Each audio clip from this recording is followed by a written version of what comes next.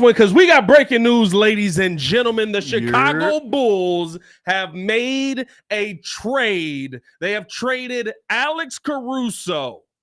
For who? To the Oklahoma City Thunder. For who? Josh Giddey. We will discuss the trade. We will break down our thoughts on it, and we want to hear your thoughts as well. All that and more in today's episode of the Windy City Breeze Sports Talk Daily. Ladies and gentlemen, let's go.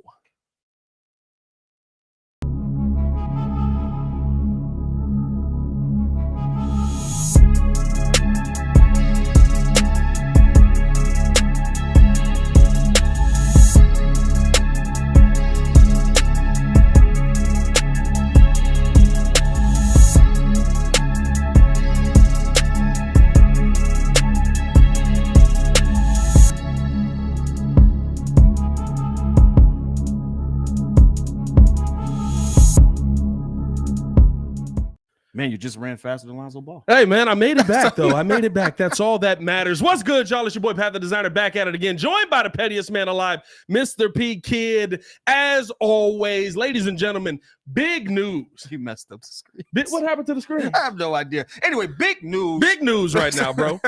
Big news. The Chicago Bulls have made a trade. They've traded Alex Caruso, who we're all up in arms. You didn't take the top 10 pick overall, stuff like that. I think this is a much better return. Who do we get? Josh, no Giddy. It's a tough joke. It's a tough joke. It's a tough joke. I have to get it out. Pat, tell me this. What do you feel about it, bro? I'm not mad at it. I think that this is a good trade. I know some people are going to look at this and say, you know, why would you want to go out and add Josh Giddey?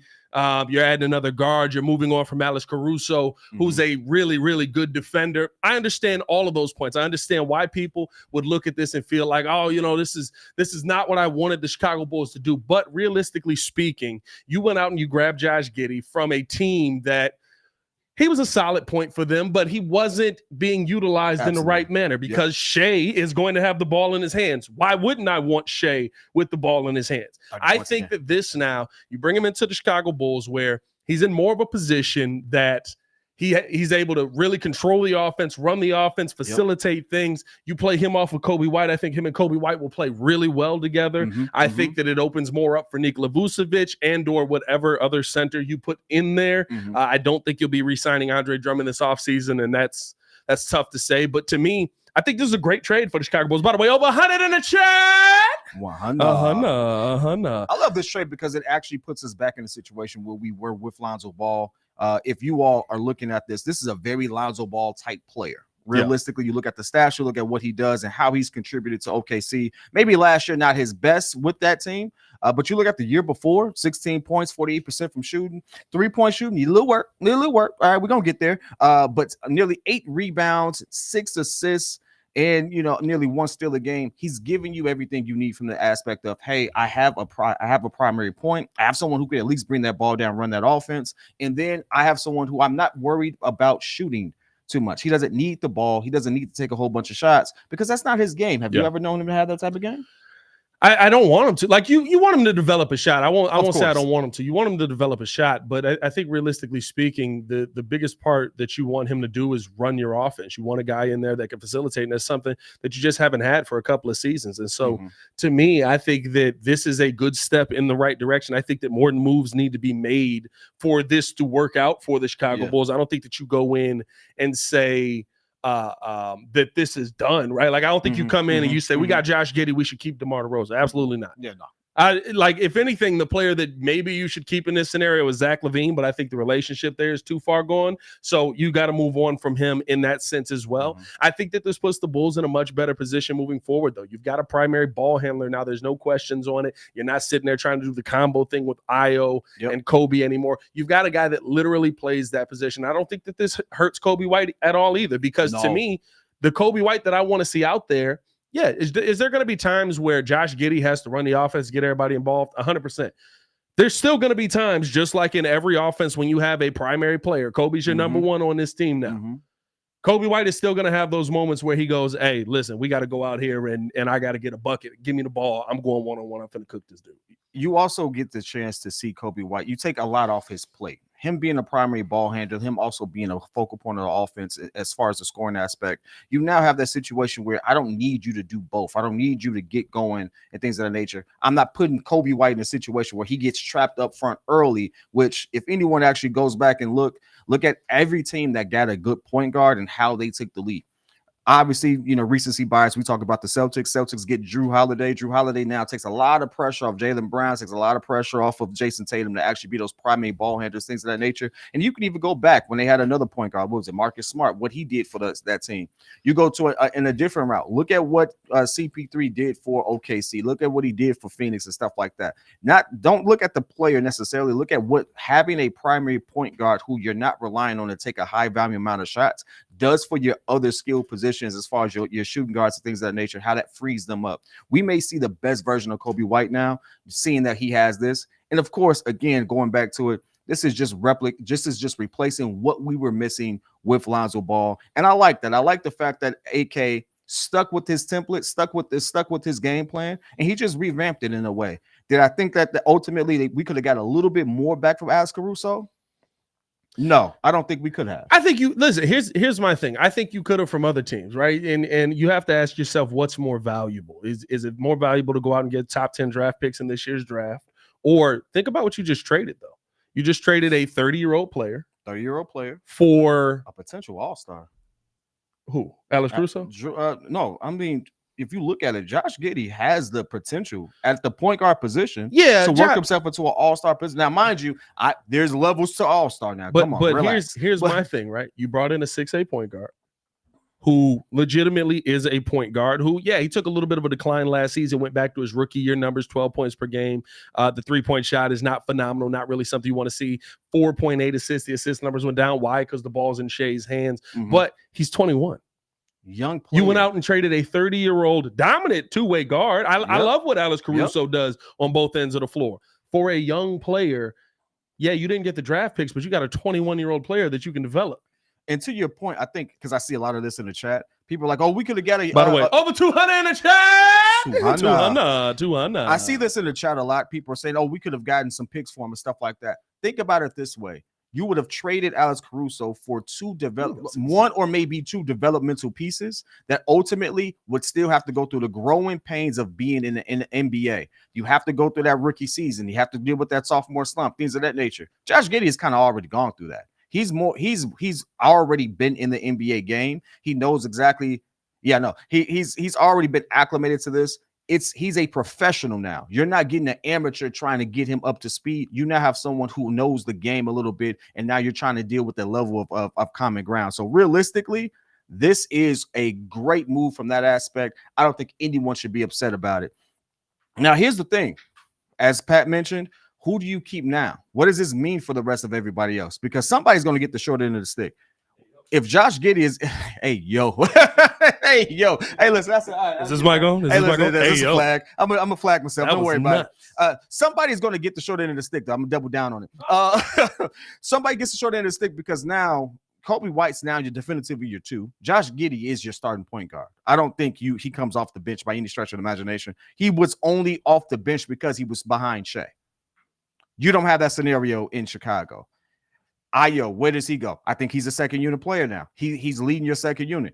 Now who's running your three? Who's running your four? That's still left to be said. I would love to see Zach LaVine still within this offense. But again, that ship may have sailed. We may see that trade come out later. However, DeMar DeRozan with this, let's see what happens. I know Patrick Williams may not be here. That's one thing I would say. Well, I think he's here now. Give a second here. Bow. See if we can get that back screen running again. I think he's here now because the trade that OKC wanted, and Stacey King talked about this on the Give Me the Hot Sauce podcast. Give me the hot sauce. Give me the hot sauce. The trade that we wanted, or that OKC wanted to make happen, did involve Patrick Williams. Okay. And so I do think P. Will ends up being here now. He said they wanted Patrick Williams really, really bad. He's talked to a couple people over there. Mm-hmm. But I think here's the big part about this to me, the part that it does this unlock something. Are you finally, because this to me says now we're going with the young guys. True. Now we're rolling with the young guys. Do you let DeMar DeRozan walk and let Patrick Williams be your three? Do you put him in a position that he finally feels more comfortable in, right? Can he be a 4 in this NBA? Sure. 100% he can. But do you put him more on the floor in a position where, hey, you got to take the shots? Because here's my thing, and this is why I wanted the Bulls to kind of go with this young grouping of players here and finally let them figure it out. It doesn't mean you devoid the team of veterans, but, you go with your young guys because you don't have a 2025 pick if you're bad. Right? Or if you're good, I should say. The pick is top 10 protected. So because of that, I'm running the young guys out there. Hey, if y'all are great and we lose this pick because it's outside of the top 10, perfect. Yeah. Because the young guys are good. The young guys figured something out that kept them on path. But if we suck completely and we need to pick a better player and figure some things out, let the young guys be the reason that we suck and we say, okay, these guys aren't the answers. Now we got a top 10 pick. We can go out there and figure it out. I'm in 100% agreement with you. On the same note, like you said, this is all leaning towards we're going to rebuild. This is running contrary to all the reports that we heard about Alex Caruso and them saying that they wanted to compete for a championship. We know, or playoffs. We knew that that's not where we were. And so now we have a true direction as to where we're going. And again, expect us to be in this developmental stage. Josh Giddey is 21. Kobe White's under 25, if I'm not mistaken. Ayo is young. Patrick Williams is still under 25. We have a young team, and it's just time. It's just time. We had this season. We tried to make it work. It didn't really work out. Vuce is not the center that we're gonna need moving forward. I don't know who that vet is going to be on our team, but it's not going to be Vuce. I think it is. I think this season you're rolling with Vuce. I don't think you had no choice. Too fast pace. I think you still push. You still don't. Where you? The only other big I would go. Listen, the Clint Capella move makes more sense because of the style of big. I'm not saying that one is better than the other. I'm saying the style. I would rather have Clint Capella than Vuce right now because of the team that it seems like we got. Exactly. So like the style of play that we have. But who you trading Vuce to? I mean, Vuce is on a nice contract. You're not just getting rid of Vuce. Oh, he's not making. Vuce making 20. I mean, Derek White's gonna make 31. Yeah, but you also have to have somebody that wants Vuce and wants to pay Vuce 20. There is a spot for him somewhere, and he's not like Vuce is going to get paid what the market dictates for a player who puts up his stats. Yeah, and so like it's not astronomical. It's not like it's going to break the bank. Someone's needs him. And if we're going to be real honest, if the playoff showed anyone anything, the NBA game slows down, and when it gets more physical, and you need players like that who can have good footwork in the paint and get you a bucket in clutch time. Like if the playoffs didn't teach anyone anything else, there's a spot for Vuce on one of those teams. It just ain't the Bulls and where we are. We're young. Younger players typically means we do what? We run fast. You running, yeah. We running and gunning a little bit. And that's just kind of what it is. He's not a bad player. He's just not fitting the style of play. By the way, just a second. Over 300 in the chat. 300. 171 over on Twitter. 140 on the YouTube side. Appreciate that love. Hit that like button. Subscribe to the page. Here's what I think is the most interesting part of all of this, though. Now you know what you're doing in the draft. Yeah. There was a ton of questions. Unfortunately, right, my guy's probably not getting drafted. You're probably not picking Terrence Shannon Jr. now. No. Because he's a point guard. So unless you're bringing him off the bench, which would be disgusting, but unless you're bringing him off of the bench, Terrence Shannon Jr. and Ayo off of the bench would be absolutely phenomenal. I don't think so. I would be so. Oh, that would be great. Ayo's turned himself into more of a combo, and TSJ can be the point. That would be beautiful. It's one of those situations where we got Dalen Terry, who's they're not moving off of him. We have too many young players that we haven't. I'm past Dalen. I like the workout videos, but like, hey, look, oh come on, hey, look, I'm good. We haven't developed them yet. 100%. So like, this is one of those. Let somebody else do it.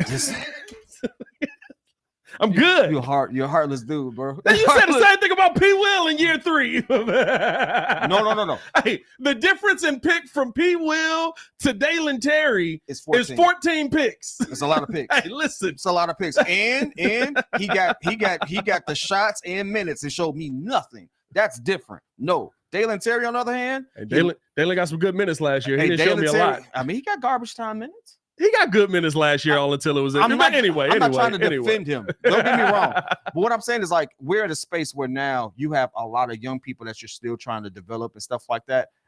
This is one of those situations where I feel like the Bulls didn't need a lot of picks. Like, we have those young guys. Let's try to leverage something for a little bit. Yeah. We really do need either a veteran that can still play this style of basketball that we're leaning towards, a faster paced game, and that's not a big, by the way.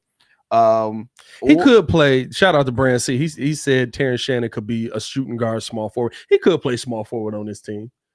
He about 6'7". He can play small forward. Is I he wouldn't be 6'7"? mad at that.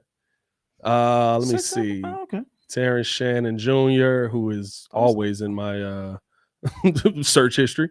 6'6". He's 6'6", 225 though. That's a big boy, man. That's a big kid. I would love to have Terrence Shannon Jr. I can see him playing the 3-2. Yeah. No, hey, listen, I stand corrected. Yeah. I don't know. In my mind, I had him like 190, 6'4".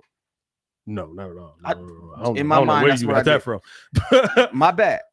But no, I think that this is a really good position for the Bulls to be in. I think that this now it focuses in more of your draft. It tells you more what you're looking for. You're probably going wing and or big man. They probably don't feel like they need a wing. The fact that they have Patrick Williams on the team, I think it means you're going more looking for young pieces. And on top of all of that, you still got Zach LaVine on the roster. You're trying to move him. What can you get back for Zach LaVine? Nothing. Doesn't seem like there's a ton great right now. There's some interesting trade conversations out there that the Bulls are trying to move him to. But what can you get for Zach LaVine? If you sign and trade DeMar DeRozan, what could you do for that, right? DeMar's going to get his most money here. Do you do a sign and trade, work out a deal that's a solid, or do you hold on to DeMar? I think that you're in a good position, though, by bringing in Josh Giddey. It finally feels more focused. It feels like the Bulls actually are going in a direction. Absolutely. And shout out to Baki, who's actually added this. Baki is, of course, our black Adrian Wojnarowski. According to Adrian Wojnarowski. Wait a minute. Wait a minute. Can we not get away with that? Yeah, I don't know. I think we can get away with that. We get away with that? We can get away with that. Long story short, though, Baki, appreciate you. The Bulls are trying to actively trade Zach. I can see that happening. Can I just throw in my wish list real quick? Sure. It's probably not going to happen. DJ who? DeJounte at the 3 would be cold on this team. No, because DeJounte to me is a player that we saw that. He's a player that has to have the ball in his hands. He takes the ball out of Josh Giddey's hands. No, I don't need hey, listen, Josh, you know what you need to do. You come down, you set this offense, you run, and he's a slasher. DeJounte's a point, though. We saw that experiment. I don't want you've already got two dudes that need the ball in their hand, but Kobe White can play more off ball than somebody. DeJounte can't play off ball. He doesn't have the ability to. Like we watched it. You know what I mean? So I don't want to see DeJounte Murray playing off ball. I want him being with Trae Young is the dumbest thing in the world to me. It was the dumbest thing when they made the trade. It's still stupid today. I mean, that's why they trade one of them. Right. That's why they trade. But I don't think you trade DeJounte for Zach LaVine either. Ooh. Now, there's some scenarios that can open up. Listen, we're going to keep talking about this on the Daily Show. We're going to dive into some different scenarios that the Bulls can go into. Make sure you guys are tapped in with us at 6 o'clock, an hour from now. We'll be live talking about more on this. But, I mean, this is a good trade for the Chicago Bulls. Let us know your thoughts in the comments below. As always, your boy, Pat the Designer, joined by the pettiest man alive, Mr. P. Kid. Y'all